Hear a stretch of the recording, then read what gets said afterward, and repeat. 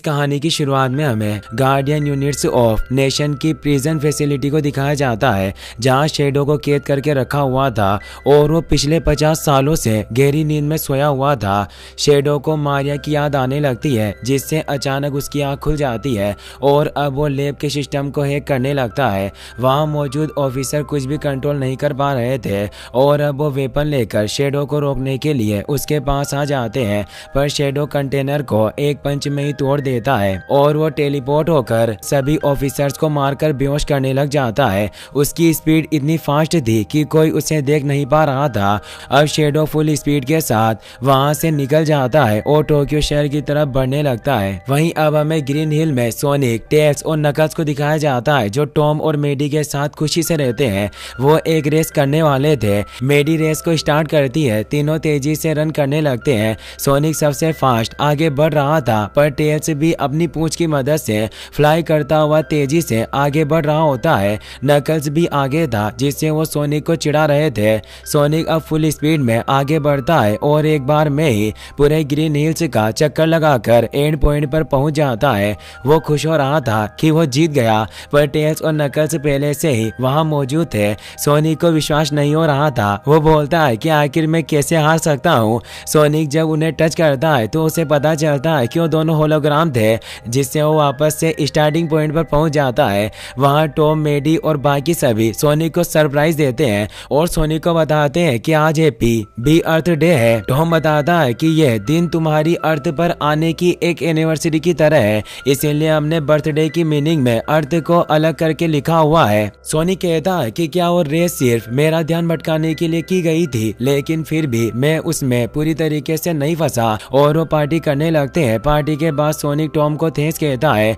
कि तुमने वास्तव में मेरे लिए काफी कुछ किया है, और अब सोनिक अपने उस पुराने केव में आ जाता है, जब वो अर्थ पर आने के बाद सालों तक छिपकर रहा और किसी के सामने नहीं आया। टॉम उस जगह को देखकर हैरान था। उसे वहां पर एक पेंटिंग दिखाई देती है। वो पूछता है कि आखिर ये क्या है। सोनिक उसे बताता है कि ये लॉन्ग क्लो है, जिन्होंने मुझे बचपन में पाला था और मैंने उन्हें याद रखने के लिए इस पेंटिंग को बनाया था। अब हमें शेडो को दिखाया जाता है, जो टोक्यो शहर में पहुंच चुका था। वो देखता है कि अभी 2024 चल रहा है, जिससे उसको गुस्सा आता है कि मुझे 50 सालों तक कैद करके रखा गया। गन ऑर्गेनाइजेशन के सोल्जर्स भी वहां जाते हैं, जो शेडो को चारों तरफ से घेर लेते हैं। शेडो गुस्से में कहता है कि तुम अभी मुझे अकेला छोड़ दो, और वो अपनी पावर को एक्टिवेट करके उन्हें पीटने लग जाता है। वहीं सोनी ग्रीन हिल्स में अपने दोस्तों के साथ बैठकर टाइम स्पेंड कर रहा था, लेकिन तभी वहां हेलीकॉप्टर आ जाता है, जिसमें गार्डियन यूनिट ऑफ नेशन, जिसे शॉर्ट में गन नाम से जाना जाता है, उसके ऑर्गेनाइजेशन की डायरेक्टर रॉकवेल आई थी। वो सोनी को बताती है कि अभी टोक्यो में एक बहुत ही बड़ी प्रॉब्लम आ गई है और मुझे कमांडर वाल्टर्स ने टीम सोनी को लेने के लिए भेजा है। वो टॉम और मेडी से कहता है कि तुम खाने को फ्रिज में रख दो। अब टीम सोनिक लोगों को बचाने के लिए रवाना हो रही है और वो हेलीकॉप्टर में बैठकर वहां से निकल जाते हैं। वो देखते हैं कि टोक्यो में एक तेज एक्सप्लोजन हो रहा है। वो तीनों एक हीरो की तरह नीचे एंट्री मारते हैं। वहां चारों तरफ केओस मचा हुआ था। उन तीनों को समझ नहीं आता कि आखिर यहाँ हुआ क्या होगा। तभी उनके ऊपर कोई कार से अटैक करता है। नकल्स उसे रोककर सभी को बचा लेता है। शेडो अब उन सभी के सामने आ जाता है। वो तीनों उसे देखकर हैरान होते हैं। सोनिक कहता है कि तुम कौन हो और मेरी तरह क्यों हो। शेडो बोलता है कि तुम मेरा टाइम बर्बाद मत करो और यहाँ से चले जाओ, इससे पहले कि मैं तुम्हें चोट पहुंचाऊं। सोनिक उसे कहता है कि हम तुमसे फाइट नहीं करना चाहते, हमें आराम से बैठकर बात करनी चाहिए। शेडो बताता है कि तुम गार्डियन यूनिट्स ऑफ नेशन के हेलीकॉप्टर से आए हो, इसीलिए मुझे तुमसे कोई बात नहीं करनी। नकल्स को गुस्सा आता है और उसे एक पंच मारने जाता है, पर शेडो काफी फास्ट टेलीपोर्ट होकर उसके आगे आ जाता है, जिससे वो नकल्स का हाथ मरोड़ देता है और उसे बुरी तरीके से पीटने लगता है। सोनिक और टेल्स उसे संभालते हैं। वो तीनों वापस से लड़ने के लिए तैयार हो जाते हैं। सोनिक कहता है कि हमें मिलकर इसे हराना होगा, पर अब शेडो टेलीपोर्ट होकर उन्हें पीटने लगता है। वो सोनिक को पकड़कर ऊपर ले आता है और पीट कर नीचे गिरा देता है। शेडो कहता है कि तुम सभी कमजोर हो और वो अपनी बाइक लेकर वहां से निकलने लगता है, पर सोनिक फुल स्पीड में उसके पीछे जाता है और उससे बात करने की कोशिश करता है। शेडो उस पर फायरिंग करने लगता है, पर सोनिक उसके अटैक से बच रहा था। सोनिक उसकी बाइक पकड़ लेता है, पर शेडो उसे टेलीपोर्ट करके आसमान में ले आता है और वो एक बिल्डिंग के ऊपर रन करने लगता है। सोनिक ऊपर गिर जाता है, पर शेडो अपनी बाइक से लगातार आसमान की तरफ बढ़ रहा था और अब वो तेजी से नीचे आता है। सोनिक भी अपनी फुल एनर्जी से उसे पंच मारने लगता है। उन दोनों का यह अटैक इतना पावरफुल था कि पूरे टोक्यो की लाइट चली गई थी।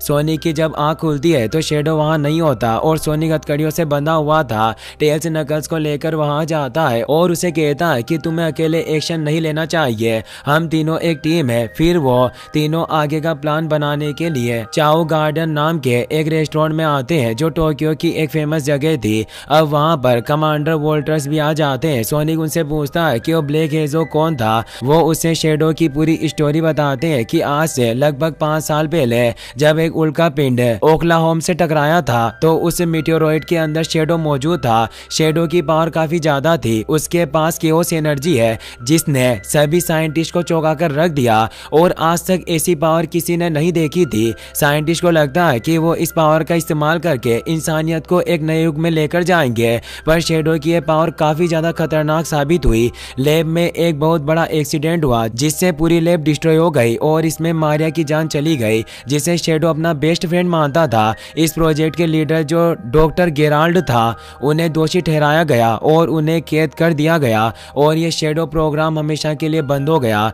शेडो कैसे संभाला जाए ये किसी को पता नहीं था और वो सभी के लिए एक बड़ा खतरा बन सकता था, इसीलिए उसे स्टेसिस में रखा गया और हमेशा के लिए सुला दिया गया। पर अब वो आजाद हो चुका है। सोनिक कहता है कि शेडो 50 साल से कैद था, जरूर उसे आजाद करने में किसी ने मदद की होगी। वहाँ अचानक से कई सारे एक रोबोट आ जाते हैं। सोनिक ये देख लेता है और वो सभी को नीचे झुकने को कहता है। तेज एक्सप्लोजन होता है। एक ड्रोन ने सोनिक और उसके दोस्तों को पॉइंट पर ले लिया था। टेल्स कहता है कि आखिर ये रोबोट ड्रोन यहाँ कैसे आ सकते हैं, रोबोटनिक तो मारा जा चुका है। अब वहाँ पर एक बाइकर आता है, उसके पास भी गैजेट्स थे जिनकी मदद से वो सभी एक रोबोट्स को शॉक देकर खराब कर देता है। सोनिक उसे पूछता है कि तुम कौन हो, पर वहाँ से निकल जाता है। सोनिक अब कमांडर के पास आता है जिनकी हालत काफी खराब होती है। वो सोनिक को एक की कार्ड देते हैं। सोनिक पूछता है कि ये क्या है। कमांडर बताते हैं कि ये दुनिया के सबसे पावरफुल वेपन की चाबी है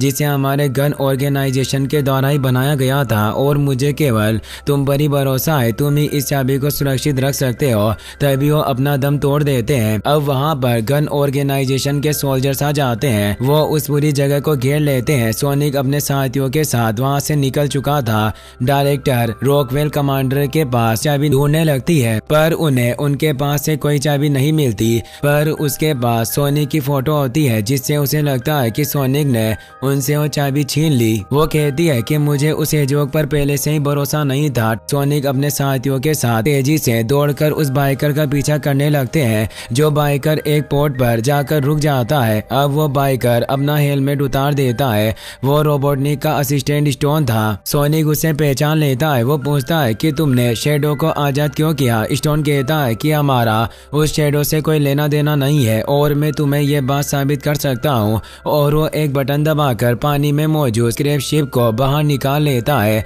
अब हम शिप के अंदर रोबोटनिक को देखते हैं जो अब काफी महीनों से शिप के अंदर ही रह रहा था और वो काफी ज्यादा फास्ट फूड खाने की वजह से मोटा हो गया था। वो पागलों की तरह बर्ताव कर रहा होता है। सोनिक और बाकी सभी उसे देखकर हैरान थे। सोनिक कहता है कि मुझे विश्वास नहीं हो रहा कि तुम अभी तक जिंदा हो। स्टोन रोबोटनिक को बताता है कि एक बहुत बड़ी प्रॉब्लम आ गई है। कोई हमारी टेक्नोलॉजी का इस्तेमाल कर रहा है जिसने आज रेस्टोरेंट पर एक रोबोट से अटैक किया। रोबोटनिक को इससे काफी गुस्सा आता है और वो बोलता है कि वो जो कोई भी है मैं उसे बदला जरूर लूंगा। और अब वो अपने एक रोबोट की एनर्जी की मदद से उनकी लोकेशन को ट्रैक करता है। सोनी की टीम जब रोबोटनिक के साथ काम करने का डिसाइड करती है ताकि वो शेडो को रोक सके।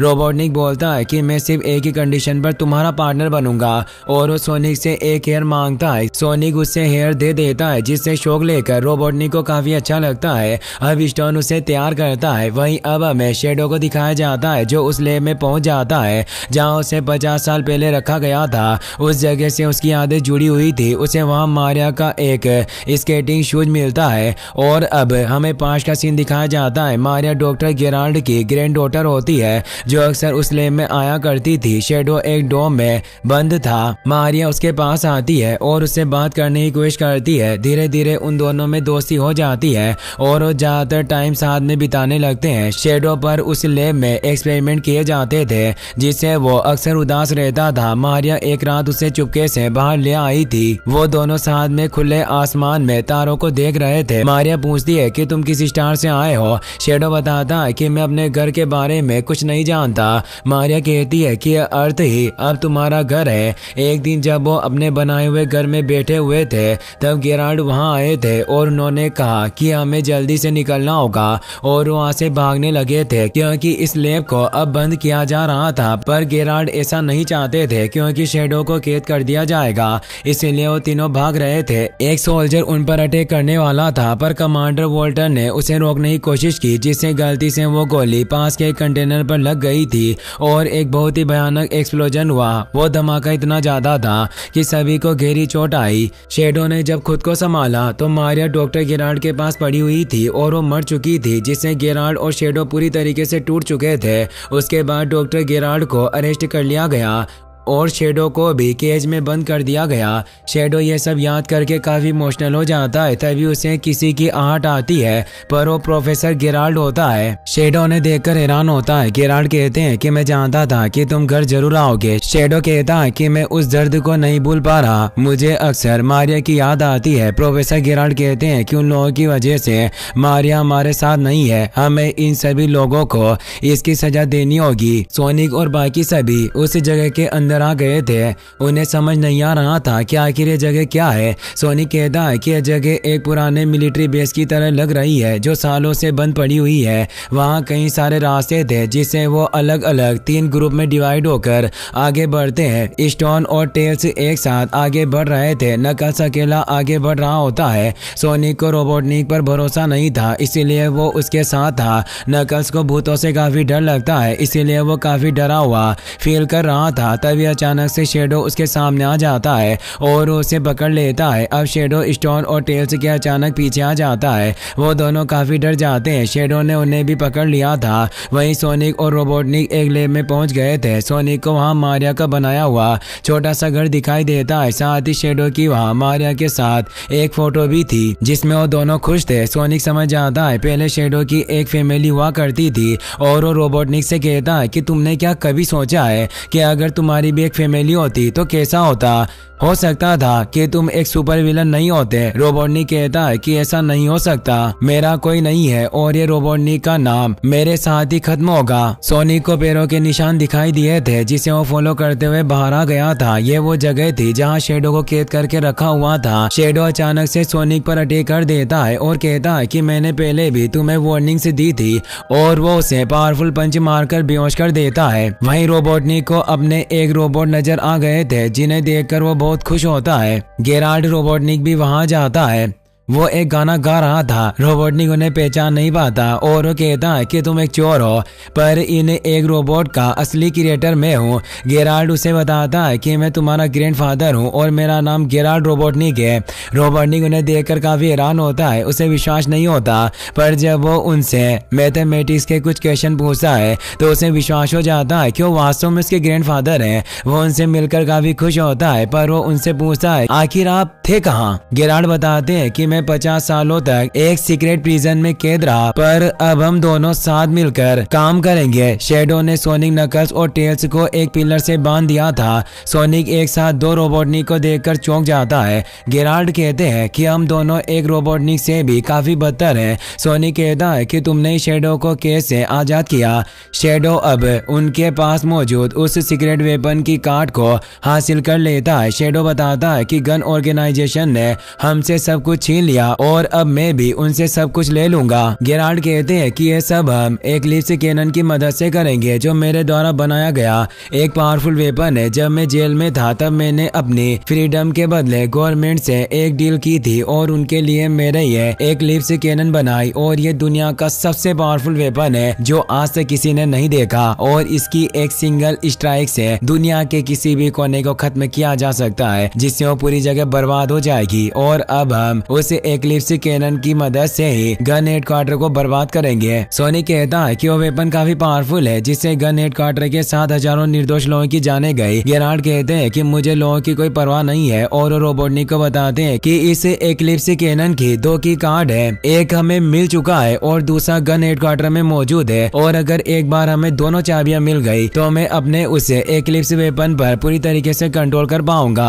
अब रोबोटनिक अपने क्रेव शिप को वहां बुला लेता है जिनकी मदद से वो वहां से निकलने लगते हैं, पर शेडो निकलने से पहले वहां एक मार्बल बॉल को एक्टिवेट करके चला जाता है जो एक छोटे ब्लैक होल में बदल जाता है जो सभी चीजों को अंदर खींचने लगता है। सोनिक और उसके दोस्त भी उसकी तरफ जाने लगते हैं। वो काफी डर गए थे। नकल्स अपने दांतों से एक वायर को पकड़ लेता है पर अभी भी वो लटके हुए थे। सोनिक टेल्स के बैग में से एक रिंग निकालता है और उसे वो बाहर फेंक देता है जिससे उनके ब्लैक होल में जाने से पहले वो रिंग एक्टिवेट हो जाती है जिससे वो उस सीक्रेट लैब से बाहर निकल जाते हैं। वो तीनों काफी खुश हो रहे थे पर वो ब्लैक होल उस पूरे पहाड़ को ही निकल गया था। रोबोटनिक और गेराल्ड ये सब अपनी आंखों से देख रहे थे और अब उनकी शिप से वहां कोई भी लाइट फॉर्म डिटेक्ट नहीं हो रही थी जिससे उन्हें लग रहा था कि सोनिक और उसके दोस्त मारे गए। रोबोटनिक कहता है कि मैं उस ब्लू हेजॉग को कब से मारना चाहता था लेकिन ग्रैंडपा सिर्फ आपने एक दिन में ही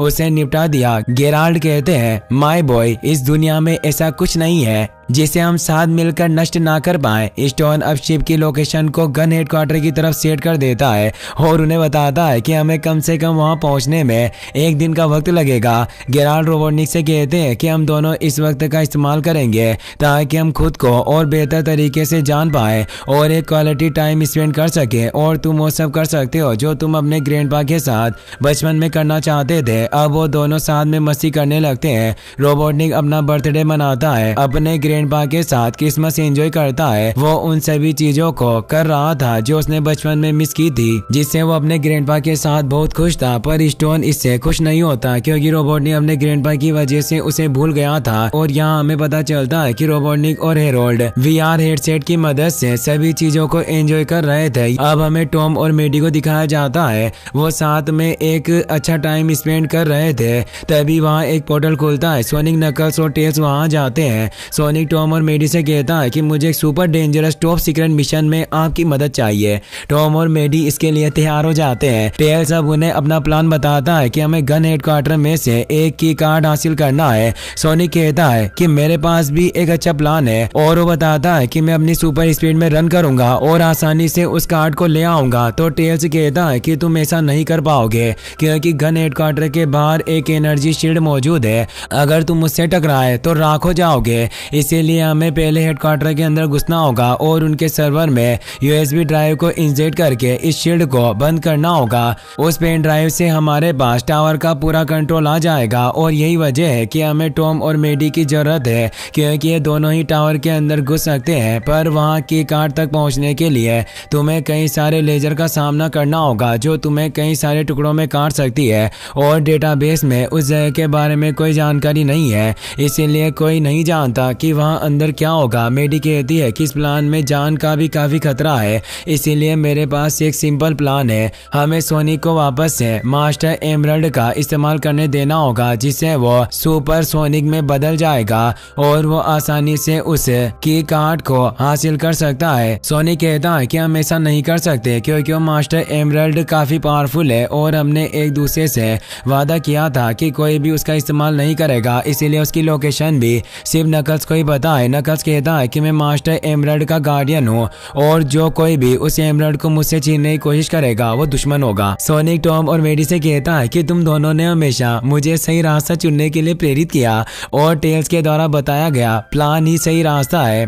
टॉम और मेडी भी मान जाते हैं। वहीं अब हमें लंदन के गन हेडक्वार्टर का सीन दिखाया जाता है, पर अब वहाँ रोबोटनिक, शेडो और बाकी साथियों के साथ पहुंच चुका था। शेडो गेराल्ड से कहता है कि गन हेडक्वार्टर ठीक हमारे सामने है, मुझे अंदर जाने दो, मैं वो दूसरी चाबी भी हासिल कर लूंगा और जो भी मेरे रास्ते में आएगा मैं उसे खत्म कर दूंगा, क्योंकि मैं बदला लेना चाहता हूँ। गेराल्ड कहते हैं कि तुम्हें संयम से काम लेना होगा, इस काम को हमें हैंडल करने दो और मैं तुमसे वादा करता हूँ कि हम इस पूरी दुनिया से इस तरह बदला लेंगे जिसकी तुमने कल्पना भी नहीं की होगी। रोबोटनिक कहता है कि ग्रैंड डैडी, मैंने पहले से ही अंदर जाने की तैयारी कर ली है और स्टोन से अपने बनाए हुए सूट मंगवाता है। अब वो गेराल्ड के साथ वहाँ से निकल जाता है। स्टोन भी शेडो के साथ नीचे सीवर लाइन में मौजूद क्रेव शिप में आ जाता है। सोनिक भी अपने साथियों के साथ लंदन पहुंच गया था। उन सभी ने प्लान के मुताबिक अपनी पोजीशन ले ली थी। सोनिक एक बड़े से फेरिस व्हील पर मौजूद था। टॉम और मेडी गन हेडक्वार्टर के सामने मौजूद थे और वो अंदर जाने के लिए तैयार थे। टेल्स उन्हें कहता है कि हम सभी को अपना प्लान अच्छे से पता है। टॉम और मेडी, तुम्हें यूएसबी ड्राइव को डेटाबेस में लगाना है जिससे मैं सारे ट्रैप बंद कर दूंगा और सोनिक दूसरी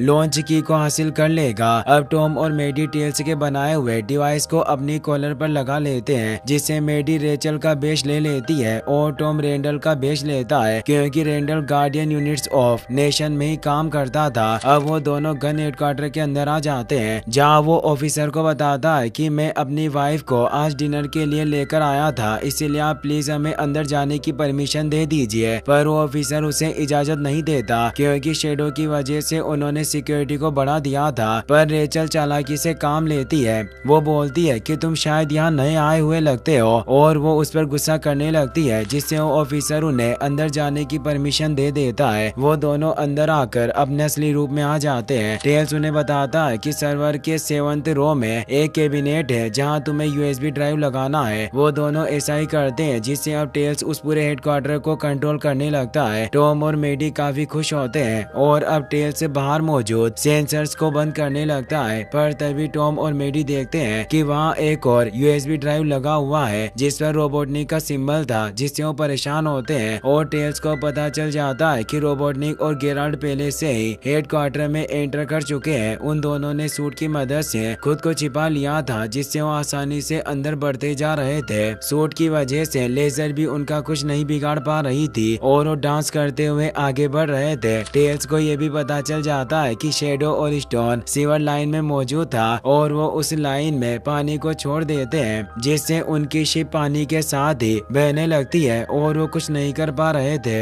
सोनिक तेजी से मूव करता है और वो टेल्स की मदद से गन हेडक्वार्टर की शील्ड को पार करके अंदर पहुंच जाता है। सोनिक को देखकर रोबोटनिक और गेराल्ड उस एक्लिप्स कैनन की सेकंड की कार्ड की तरफ भागने लगता है, पर वहाँ एक ट्रैप मौजूद था जिससे ग्रेविटी हाई होने की वजह से वो जमीन पर चिपक जाते हैं। शेडो उनका मजाक उड़ाने लगता है, पर तभी सोनिक हवा में फ्लोट करने लगता है। सोनिक को कुछ समझ नहीं आता और वो पूछता है कि मैं हवा में क्यों तैर रहा हूँ। दरअसल रॉकवेल पहले से ही वहाँ मौजूद थी और उसने ही वो ट्रैप बिछाया था। वो बताती है कि इस वर्ल्ड में काफी तरह की ग्रेविटी मौजूद है। ग्रीन कलर में ग्रेविटी काफी लो हो जाती है और रेड कलर में ग्रेविटी काफी ज्यादा हो जाती है। मैं पहले से ही जानती थी कि तुमने कमांडर वोल्टर को मारकर पहली चाबी हासिल कर ली और तुम दूसरी चाबी भी लेने जरूर आओगे, और अब तुम मेरे प्लान में फंस चुके हो। और अब बाकी के सोल्जर भी वहाँ जाते हैं। उन्होंने टॉम और मेडी को भी पकड़ लिया था और वो उन सभी पर गन पॉइंट कर देते हैं। सोनिक जानता था कि अगर उसने दूसरी चाबी हासिल नहीं की तो रोबोटनिक शेडो की मदद से दूसरी चाबी हासिल कर लेगा, इसीलिए उसने बैकअप प्लान के तौर पर नकल्स को पहले ही तैनात कर रखा था। और अब वो फुल स्पीड में उस तरफ आता है और जोरदार ब्लास्ट के साथ वहाँ पंच मारता है, जिससे डायरेक्ट रॉकवेल दूर जाकर गिरती है। और अब शेडो के पास उस वाल्ट का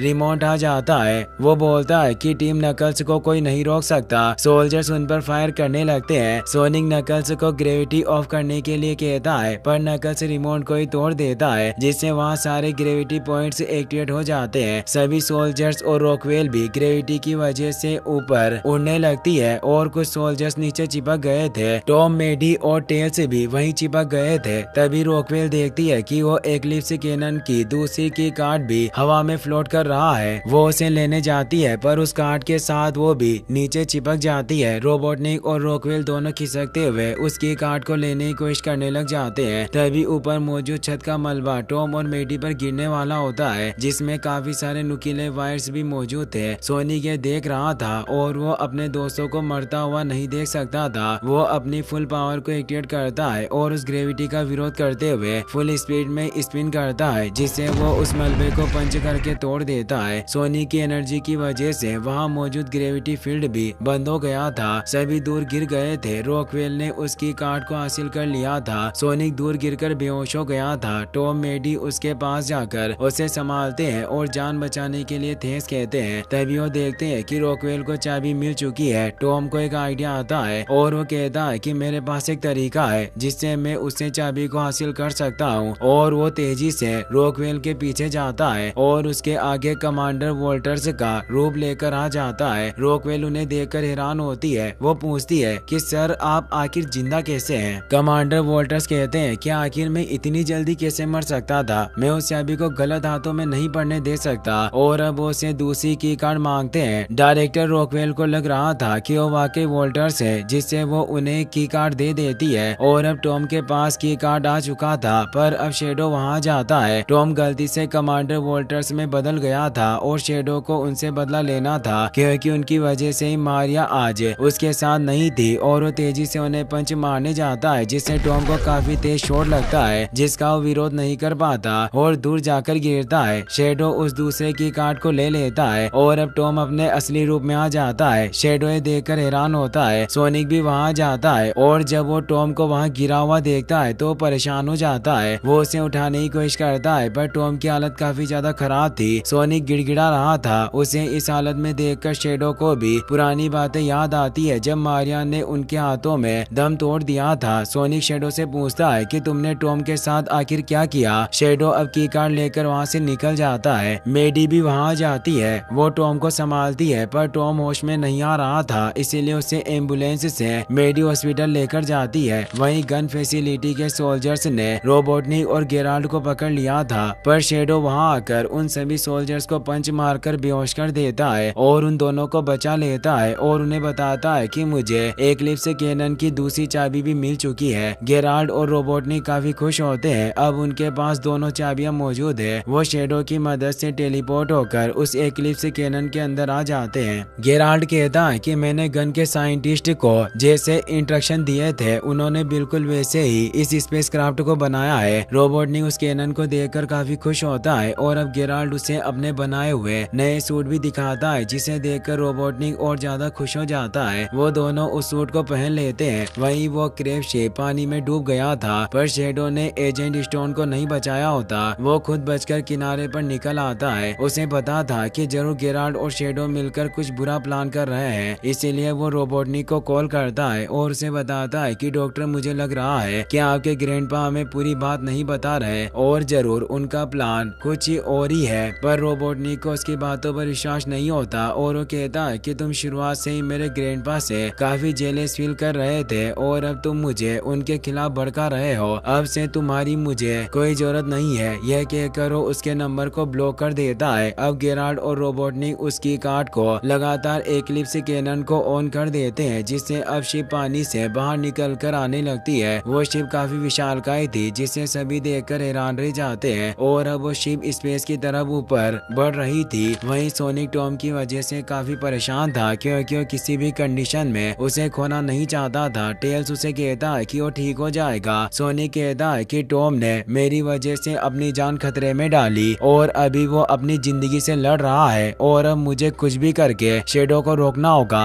अब मुझे मास्टर एमरल्ड की जरूरत है। नकल्स कहता है कि हम सभी ने साथ में शपथ ली थी कि हम मास्टर एमरल्ड का इस्तेमाल कभी भी बदले के लिए नहीं करेंगे। सोनिक कहता है कि मुझे अभी कुछ नहीं सुनना। टेल्स कहता है कि तुमने ही पहले बोला था कि हम एमरल्ड का इस्तेमाल नहीं करेंगे। सोनिक बताता है कि अब मेरे पास और कोई रास्ता नहीं है। अगर तुम दोनों मेरी मदद नहीं करोगे तो मैं अकेले शेडो को रोक लूंगा। टेल्स कहता है कि हम तीनों एक टीम है। सोनिक गुस्से में था और नकल्स से कहता है कि मैं आखिरी बार पूछ रहा हूँ, बता दो कि वो एमरल्ड कहाँ है। नकल्स भी अपनी पावर को एक्टिवेट कर लेता है और बोलता है कि सोनिक तुम बदले की आग में अंधे हो चुके हो और अभी तुम सही फैसला लेने की कंडीशन में नहीं हो। टेल्स उन दोनों को शांत करने की कोशिश करता है और वो सोनिक से कहता है कि मैं जानता हूँ कि तुम टॉम की वजह से परेशान हो, पर सोनिक कुछ नहीं सुनना चाहता था। वो बोलता है कि मैं तुम्हें आखिरी मौका दे रहा हूँ, बता दो कि मास्टर एमरल्ड कहाँ है। नकल्स शांत हो जाता है और बोलता है कि हमने वादा किया था कि हम एक दूसरे पर भरोसा करेंगे और वो उसे मास्टर एमरल्ड की लोकेशन बता देता है जो पुलिस ऑफिसर वेट के पास था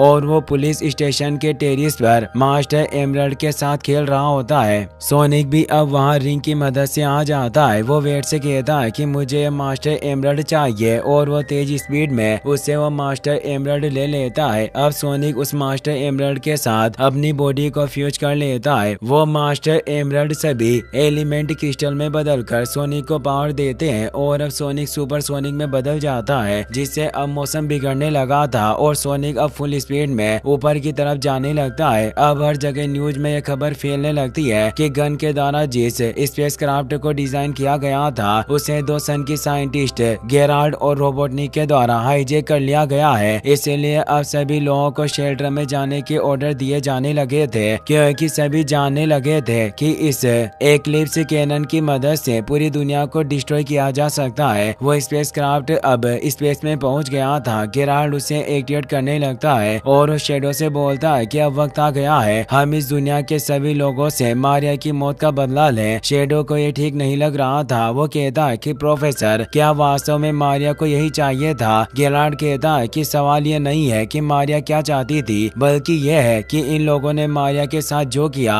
अब इन लोगों को इसका पछतावा होगा और ये सभी लोग सिर्फ मरना डिजर्व करते हैं। शेडो को भी पुरानी बातें याद आने लग जाती है कि कैसे जब वो लैब से भाग रहे थे तो वो एक बेहतर जिंदगी जीना चाहते थे, पर उस ब्लास्ट की वजह से मारिया की जान चली गई। शेडो अब फुल स्पीड में उस स्पेसक्राफ्ट के अंदर रन करने लगता है। इससे वो उस स्पेसक्राफ्ट को पावर देकर चार्ज कर रहा था। रोबोटनिक पूछता है कि ग्रैंडपा आखिर आप करना क्या चाहते हो? गेराल्ड बताता है कि हम केओस एनर्जी के साथ कोर को फ्यूज कर रहे हैं, जिससे ये एक्लिप्स कैनन अटैक के लिए तैयार हो जाएगी और हम इस पूरे अर्थ प्लेनेट को मलबे के एक ढेर में बदल लेंगे और हम भी इस अटैक में मारे जाएंगे। रोबोटनिक इससे शॉक हो जाता है और बोलता है कि हम पृथ्वी को तबाह नहीं कर सकते, बल्कि अपने दिमाग का इस्तेमाल करके इन सभी लोगों पर शासन कर सकते हैं। पूरी दुनिया हमारी मुट्ठी में होगी। गेराल्ड बोलता है कि मानवता एक असफल हुए एक्सपेरिमेंट की तरह है और तुम अच्छी तरीके से जानते हो कि आज तक इस दुनिया ने तुम्हें कुछ नहीं दिया और अर्थ पर कोई भी नहीं है जिससे तुम्हारी परवाह हो। तो रोबोटनिक कहता है कि मेरे पास आप हो, हम एक फैमिली है और हम साथ रह सकते हैं और एक दूसरे का ख्याल रख सकते हैं। गेराल्ड कहते हैं कि मुझे सिर्फ मारिया की परवाह थी, पर अब वो मर चुकी है और तुम मारिया नहीं हो, और जब वो मारी गई तो मैंने अपने पूरे परिवार को खो दिया था। अब मेरे पास सिर्फ एक ही रास्ता है कि मैं इस दुनिया के लोगों से मारिया की मौत का बदला लूं। अब मैं सभी लोगों को जलाकर राख कर दूंगा। शेडो भी वहां जाता है। वो बताता है कि मैंने केओस एनर्जी से पूरे स्पेसक्राफ्ट को भर दिया है। गेराल्ड अब फायरिंग सीक्वेंस को तैयार करने लगता है और अब 10 मिनट में वेपन पूरी तरीके से चार्ज होकर अर्थ पर अटैक करेगा। तभी वो देखते हैं कि एक एनर्जी तेजी से उनकी तरफ बढ़ रही है, जो और कोई नहीं बल्कि सोनिक था।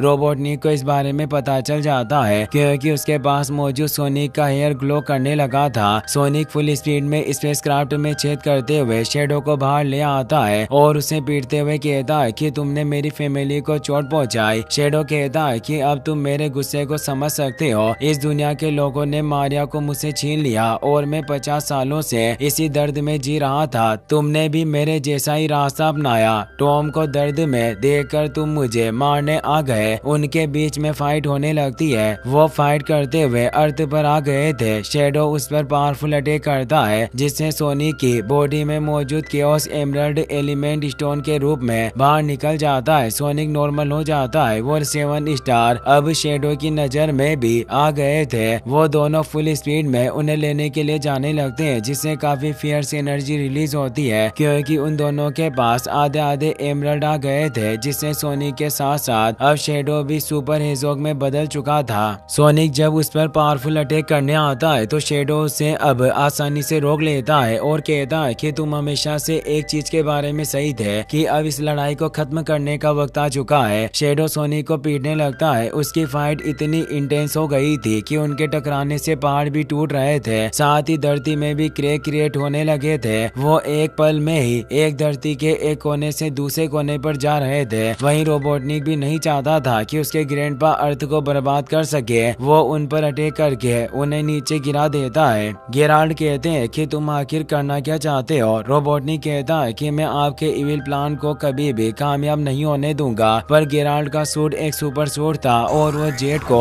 एक्टिवेट करके रोबोटनिक को पकड़ लेते हैं, जिससे अब उन दोनों के बीच भी फाइट स्टार्ट होना शुरू हो जाती है। गेराल्ड अपने हैंड को एक जायंट फिस्ट में बदल लेते हैं और रोबोटनिक को मारने लगते हैं। वहीं सोनिक और शेडो में जबरदस्त फाइट चल रही थी। शेडो सोनिक को नीचे गिरा देता है और उसे कहता है कि तुम्हारे दोस्त कहाँ हैं, कि क्या उन्होंने तुम्हें रोकने की कोशिश नहीं की, या फिर तुम अपने गुस्से में इतने अंधे हो गए कि उन्हें भी छोड़कर यहाँ बदला लेने आ गए। सोनिक बोलता है कि तुम मेरी फैमिली के बारे में कुछ मत बोलो, पर शेडो फिर भी बाज नहीं आता और उसे चिढ़ाने के लिए कहता है कि तुम तो अपने दोस्त टॉम को भी बचा नहीं पाए। सोनिक को इतना ज्यादा गुस्सा आ रहा था कि वो उस पर एक फुल पावर पंच से अटैक करता है। वो पंच इतना पावरफुल था कि उसके अटैक से शेडो डायरेक्ट मून पर जाकर गिरता है और अब उसके पास से मास्टर एमरल्ड पावर भी चली गई थी, क्योंकि वो एनर्जी अब सोनिक के अंदर आ चुकी थी। सोनिक उसे मारने लगता है पर उसे मार नहीं पा रहा था। अच्छाई जो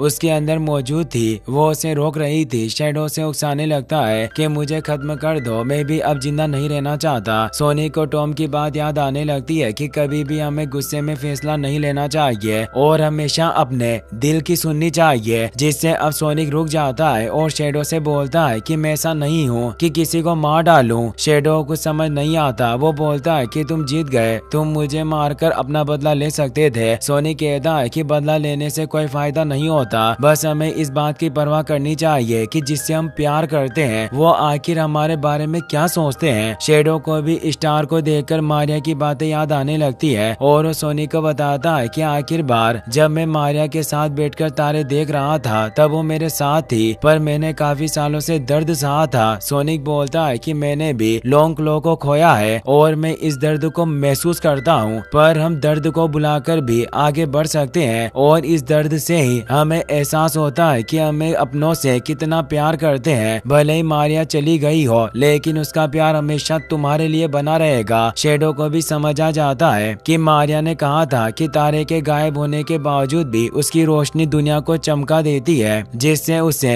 एहसास था कि वो अर्थ को मिटाकर सही नहीं कर रहे। मारिया कभी भी ऐसा नहीं चाहती। मैं बदले की भावना में बिल्कुल अंधा हो चुका था, जिससे मेरे पास कोई रास्ता नहीं था। सोनिक उसकी तरफ हाथ बढ़ाता है और कहता है कि हमेशा हमारे पास एक रास्ता जरूर होता है और अब हम दोनों को मिलकर ही सब कुछ ठीक करना होगा। सोनिक अब आधे मास्टर एमरल्ड को उसके साथ शेयर करता है, जिससे वो दोनों सुपर हेजोक्स में बदल जाते हैं और तेजी से एक्लिप्स कैनन की तरफ बढ़ने लगते हैं। वहीं रोबोटनिक और गेराल्ड मेंटिस और स्कॉर्पियन में बदलकर फाइट कर रहे थे, लेकिन गेराल्ड जीत जाते हैं और रोबोटनिक को नीचे अर्थ की तरफ फेंक देते हैं। गेराल्ड देखता है कि शेडो भी सोनिक के साथ मिल चुका है, इसलिए वो उन दोनों पर अटैक करने के लिए अपने कई सारे ड्रोइड को भेज देता है। सोनिक और शेडो मिलकर उन्हें नष्ट करने लग जाते हैं और वो फुल स्पीड से आगे बढ़ रहे थे, पर उन ड्रोइड की संख्या काफी ज्यादा थी। सोनिक और शेडो एक दोस्त की तरह साथ मिलकर अब उन रोबोट्स का खात्मा कर रहे थे। वहीं टेल्स और नकल्स भी स्पेसक्राफ्ट पर आ चुके थे, जिन्होंने रोबोटनिक को बचा लिया था। रोबोटनिक गेराल्ड पर सोनिक के हेयर से अटैक करता है। सोनिक का हेयर इतना पावरफुल था कि गेराल्ड उसे इलेक्ट्रिक एनर्जी की वजह से सीधे केओस एनर्जी में चला जाता है, जिससे वो मारा जाता है। टेल्स इससे खुश होता है और वो रोबोटनिक को कहता है कि हमें इस एक्लिप्स कैनन को रोकना होगा, लेकिन अब टाइम पूरा हो चुका था और अब एक बीम एनर्जी के रूप में अर्थ पर अटैक होने वाला था। अर्थ पर से भी लोग उस एनर्जी को देख पा रहे थे। शेडो सोनिक से कहता है कि हमारे पास वक्त नहीं है, तो सोनिक और शेडो अब पल्स एनर्जी को रोकने के लिए उसके सामने चले जाते हैं और अपनी पूरी पावर से उसे अर्थ पर जाने से रोकने लगते हैं, पर इससे उन्हें काफी प्रॉब्लम हो रही थी। टेल्स रोबोटनिक से कहता है कि क्या हम अर्थ पर इस फायरिंग को होने से नहीं रोक सकते। रोबोटनिक कहता है कि मैं इसे रोक नहीं सकता, पर मैं इसे अर्थ से डाइवर्ट कर सकता हूँ, और अब वो उस स्पेसक्राफ्ट को ऑन करके उसे मोड़ने लग जाते हैं। सोनिक की पावर खत्म होने लगी थी और अब वो नीचे गिरने लग जाता है, पर वो शिप का रुख बदल चुका था, जिससे उस डेथ रे का अटैक मून पर होता है। टेल्स देखता है कि सोनिक नीचे गिर रहा है, इसलिए वो रिंग लेकर स्पेसक्राफ्ट से नीचे कूद जाता है और सोनिक की तरफ बढ़ने लग जाता है। वो एक्लिप्स कैनन में अभी भी काफी ज्यादा केओस एनर्जी भरी हुई थी और अब शिप नष्ट होते हुए अर्थ की तरफ बढ़ रहा था। शेडो रोबोटनिक के पास पहुंच जाता है। रोबोटनिक उसे बताता है कि रिएक्टर कोड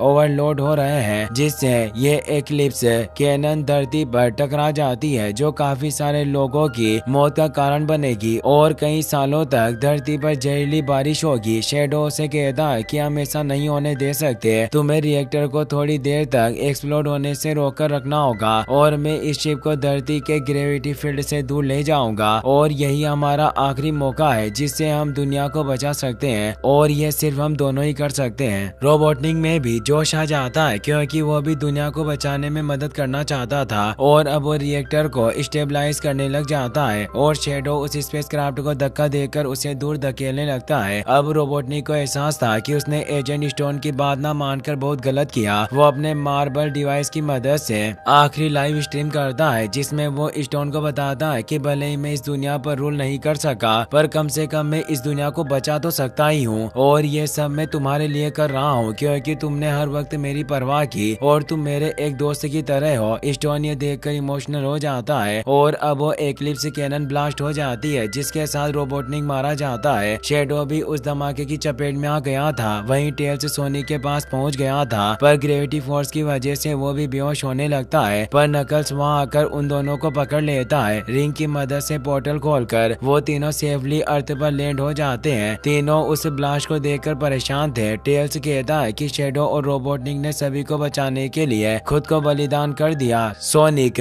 टेल्स और नकल्स से माफी मांगता है और कहता है कि गुस्से में मैंने तुम दोनों की बात नहीं मानी, पर अब मैं मानता हूँ कि हम बेस्ट फ्रेंड हैं और क्या तुम मुझे माफ कर सकते हो। वो दोनों से हक कर लेते हैं। अब हमें कुछ दिनों बाद का सीन दिखाया जाता है। सोनिक अपने दोस्तों के साथ वापस से पिकनिक के लिए आया होता है और अब टॉम भी ठीक हो चुका था, पर उसका एक हाथ फ्रैक्चर हो चुका था। सोनिक और बाकी सभी उसे देखकर काफी खुश होते हैं और अब सोनिक, नकल्स और टेल्स वापस से रेस लगाने लगते हैं। इसी के साथ ये कहानी यहीं पर खत्म हो जाती है, पर अब हमें इसके पोस्ट क्रेडिट सीन को दिखाया जाता है जिसमें हम देखते हैं कि सोनिक रेस के दौरान बहुत जल्दी फिनिश लाइन पर पहुंच गया था, पर उस पर एक मेटल सोनिक रोबोट अटैक करता है। सोनिक फास्ट स्पीड में उसके अटैक से बच गया था, पर वहाँ काफी सारे मेटल सोनिक रोबोट थे जो सोनिक पर अटैक करने लगते हैं, पर एमी रोज वहाँ गई थी जो उन सभी को खत्म कर देती है। सोनिक उसे देखकर हैरान था। हम अब एंड क्रेडिट सीन को देखते हैं जिसमें हमें पता चलता है कि शेडो उस ब्लास्ट में बच गया था